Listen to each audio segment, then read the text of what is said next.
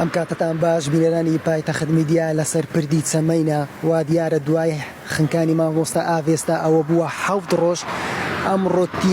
گەڕان بە دوای مامۆستا ئاڤێسا بەرفراوان بوو لەسەر ڕاستپاردەی سەرۆک بارزانی سەرجەم تیمەکانی بەرگری شارستانی کەوتنە حاڵەتی ئامادە باشی هەر لە قەزای خەبات تا مێرگە سوور و ئێستا مە لەسەر پردی چەمەینە تیمی بەرگری شارستانی هەولێر لێرەنە چاودێری زەی گەورە دەکەن بۆ ئەوەی هەر کاتێک تەرمەکەیان بینی لێرە بن لێرە ڕایدهێمنمان لەگەڵا ڕایدێ من ئەگەر باسی بەڵاوبوونەوەی تیمەکانتان بکەی بەسەر زەی گەورە چۆن چاودێری زەی گەورە دەکەن بەخێر بێن لە ژێر سەرپەرشتی بەڕێز بەڕێوەبەری بەرگری شارستانی هەولێر کاک عەقیل نالی گشت ئەفسەران و کارمەندانمان هاتنە ئەرێک لە قەندیل هەتاکو سری دووەمی خەبات تیمەکانمان بڵاوە پێکردی هەر کیلۆمەترێک و تیمەکماندانایە و ئەفسەرە شمان لەگەردانایە 21 تیمن زائیدەن ئەوەش 10 نەفەری غەواسی مەشق پێکراومان ناردە بۆ بارزان بۆ شوێنی ڕووداو بۆی هاوکاری بەرگری شارستانی سۆنار بکە. هۆکار چییە تا ئێستا تەرمی مامۆستا ئاڤێستا نەدۆزراوەتەوە؟ وڵی هۆکارە کاتووە تا ئێستاکانە برێ ئێوەندەر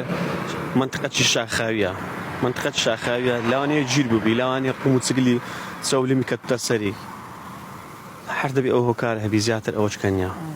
تۆ وەکو شارەزایەک دوای چەند ڕۆژانی تەرم دەکەوێتە سەر ئاو کە گومان دەکرێت لە 7ەم ڕۆژی یانی بکەوێتە سەر ئاو؟ بەخۆی تەرم هەیە بە 2 ڕۆژی ئەمە بەخۆی دەکەوتە سەر ئاو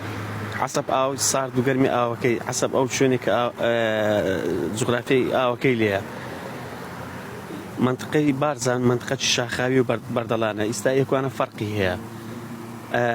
لە منطقەی بارزان لۆ ئێکوانە بە 8 ڕۆژی بە 9 ڕۆژی دەکەوتە سەر ئاو یەکوانە بە 2 ڕۆژ بە 3 ڕۆژی دەکەوتە سەر ئاو. زۆر سوپاس. سەرچاوم بەڵێ بینەرانی پایتەخت میدیا گەڕان بە دوای تەرمی مامۆستا ئاڤێستا بەردەوامە مامۆستا ئاڤێستا